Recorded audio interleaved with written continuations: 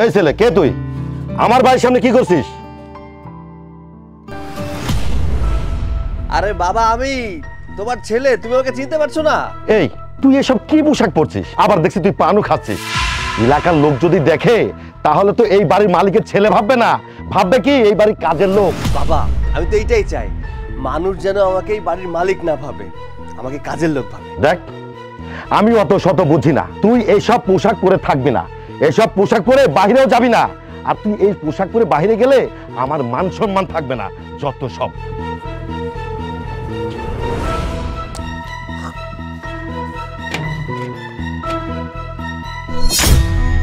এই কি সৈকত, তোমার এই অবস্থা কেন? তুমি এভাবে দাঁড়িয়ে আছো যে? আরে তুলি, তুমি চলে আসছো, চলো চলো ভেতরে চলো। ওয়েট, একদম আমার ধরার চেষ্টা করবে না। আগে তুমি আমাকে এটা বলো, তুমি এই পোশাকে কেন? তুমি না এই বাড়ির মালিক? বাড়ির মালিক হয়ে তুমি কাজের ছেলের পোশাক পরে আছো, আবার তার মধ্যে তুমি কেমন করে পান খাচ্ছো। ইস, ছি ছি ছি, ঘৃণা লাগতেছে। আরে তুলি, তুমি আমার কথা শোনো না। সারাটা দিন ওই যে প্যান্ট আর শার্ট পরে থাকতে আমার ভালো লাগে না। এর জন্য আমাদের এই যে রহিম চাচা, কাজের লোক, ওনার কাছ থেকে এই যে লুঙ্গি আর শার্টটার গামছাটা নিচ্ছি। আমার সুন্দর লাগতেছে না? তোমাকে একদমই সুন্দর লাগছে না, একদম কাজের লোকের মতো দেখতে লাগছে। এই ওয়েট ওয়েট ওয়েট, তুমি আমাকে এটা বলো, তুমি আমার সাথে মিথ্যা কথা বলছো না তো? তুমি আদৌ এই বাড়ির মালিক নাকি এই বাড়ির কাজের লোক? আরে তুমি এসব কি বলছো বলো তো? হ্যাঁ, এই যে লুঙ্গি গামছা আর শার্ট পরলে কি মানুষ কাজের লোক হয়ে যায় নাকি? চুপ কর মিথ্যাবাদী। তুই কি ভেবেছিলিস তুই আমাকে মিথ্যা কথা বলে আমার সাথে প্রেম করে অন্যের বিরাট বাড়ি দেখিয়ে আমাকে বিয়ে করতে চেয়েছিলিস? তুই আমাকে বিয়ের পর সিনেমার কাহিনী শোনাতিস যে তোমাকে পাওয়ার জন্য আমি এসব করেছি, আমি এখন এই মুহূর্তে এখান থেকে চলে যাব। আর আজকে যদি আমি না আসতাম তাহলে তোর এই আসল রূপটা আমি দেখতে পারতাম। তুলি, তুমি আমার গালে থাপ্পড় দিলে? আচ্ছা মানলাম আমি এই বাড়ির মালিক না, আমি এই বাড়ির কাজের লোক, তাতে কি হয়েছে? তুমি তো আমাকে ভালোবাসো, তাই না? সেটা তোমার ভুল। আমি তোমাকে ভালোবাসিনি, আমি ভালোবেসেছি তোমার টাকা পয়সাকে। ভেবেছিলাম তোমার মতো একটা কোটিপতিকে বিয়ে করে আমি আমার লাইফটাকে সুন্দর মতো গুছিয়ে নিব, কিন্তু আমার ধারণা ভুল ছিল। তুমি একটা মিথ্যাবাদী, তুমি আমাকে ঠকিয়েছো। আজকের পর থেকে তোমার এই নোংরা চেহারা এখন আমার সামনে নিয়ে আসবে না, ছোট লোক কোথাকার। আরে যা যা, তুই কি ভেবেছিলি আমি কিছুই জানি না? আমি সব কিছুই জানি।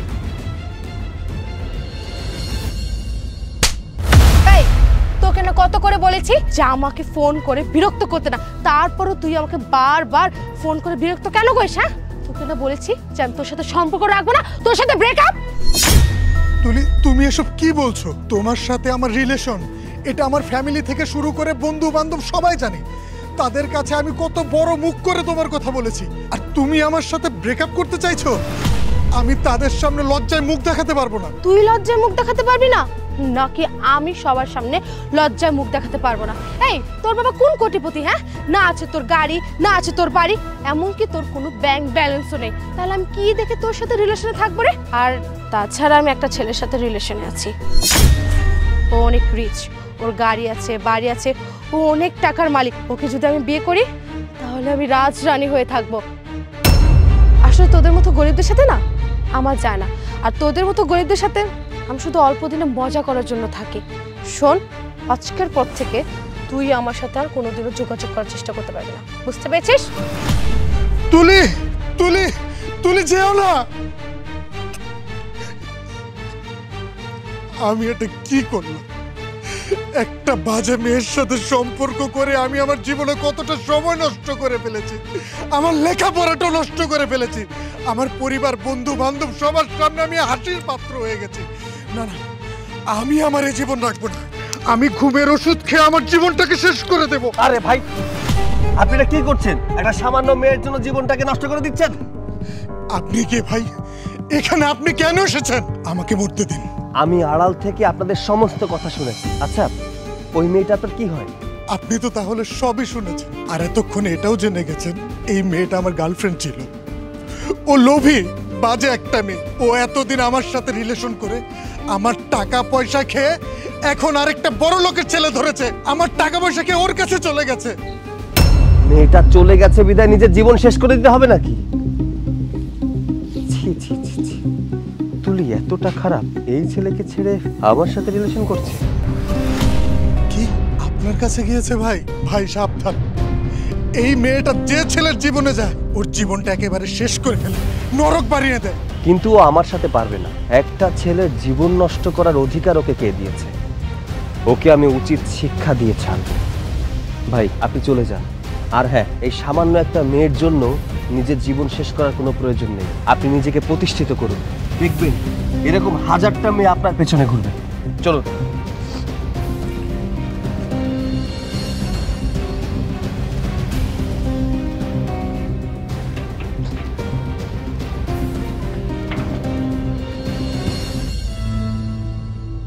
বাবা লকটা খুব। আর বাবা কি হলো, ব্যথা পাওনি তো? আচ্ছা জুতা আমি লাগিয়ে দিচ্ছি। বাহ বাহ বাহ, কি সুন্দর।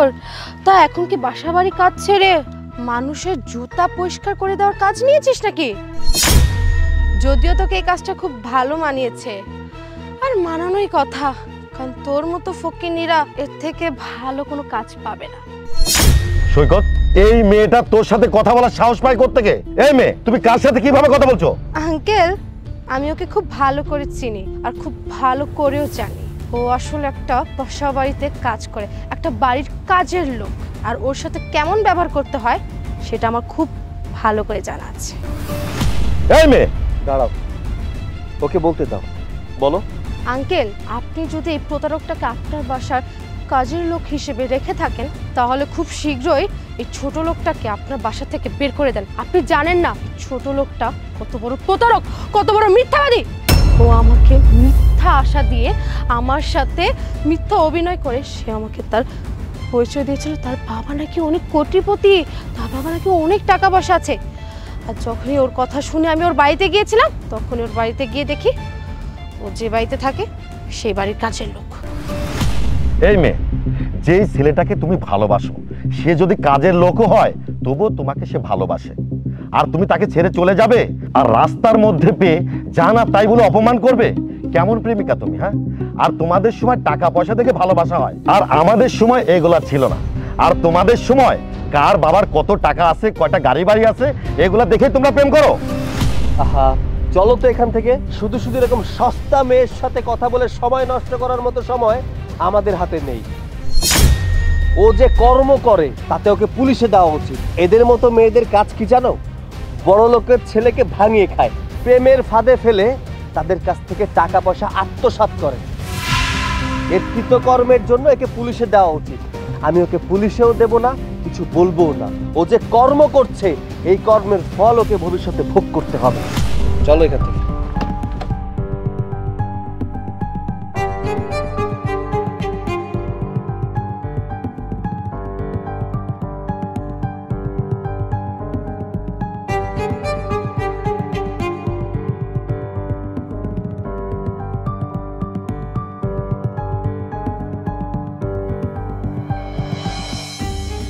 কি ব্যাপার, সামান্য বাড়ির কাজের লোক হয়ে এত সুন্দরভাবে গাড়ি চালাচ্ছে?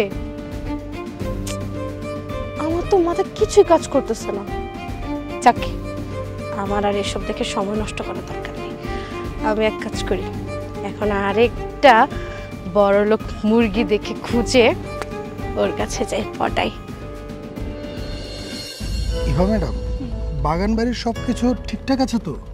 কি যে বলেন না শিপু সাহেব, আমি থাকতে আপনার টেনশন কিসে? সব কিছু ঠিক আছে, টেনশনের কোনো কারণ নেই। আচ্ছা আচ্ছা, না তারপরে অনেকদিন পরে বস আসবে তো তাই জিজ্ঞেস করলাম। আচ্ছা ওই সাইডে, এই তো স্যার চলে এসেছে।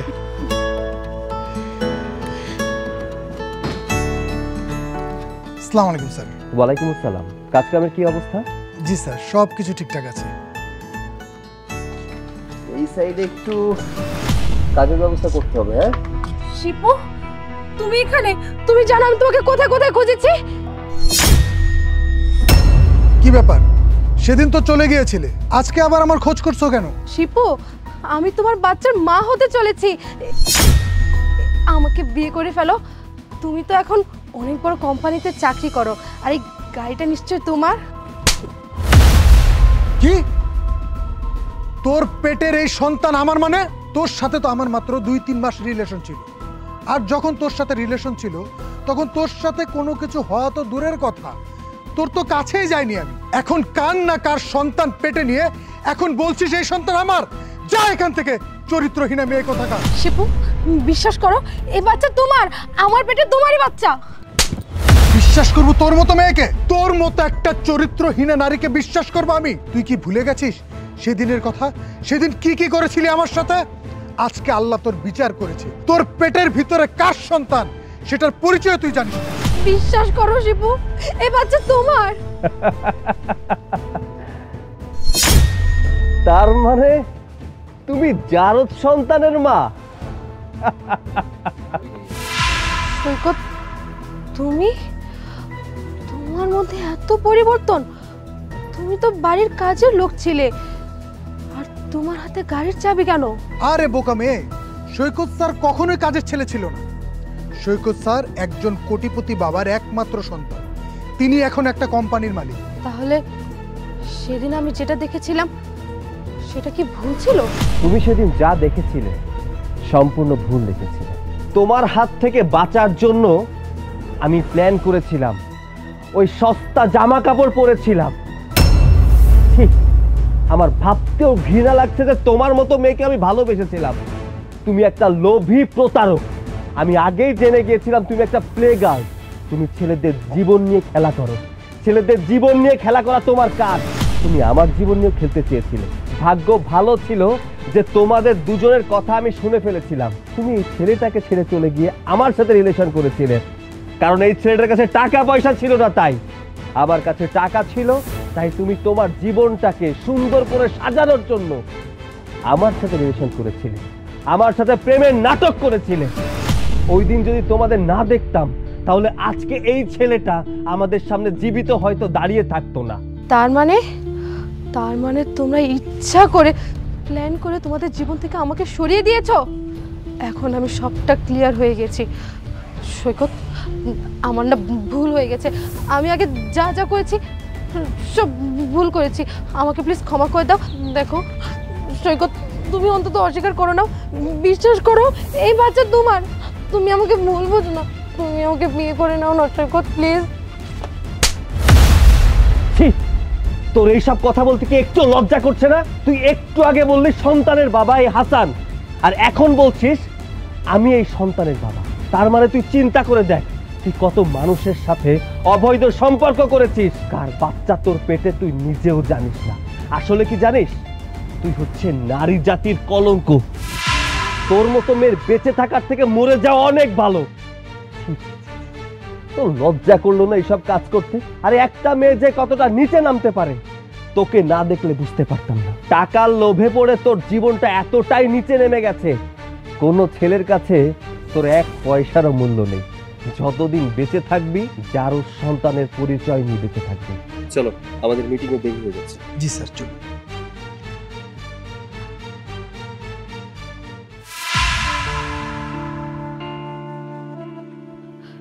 তাহলে তো এখন সবাই আমার এই সন্তানটাকে জারুক সন্তান বলবে।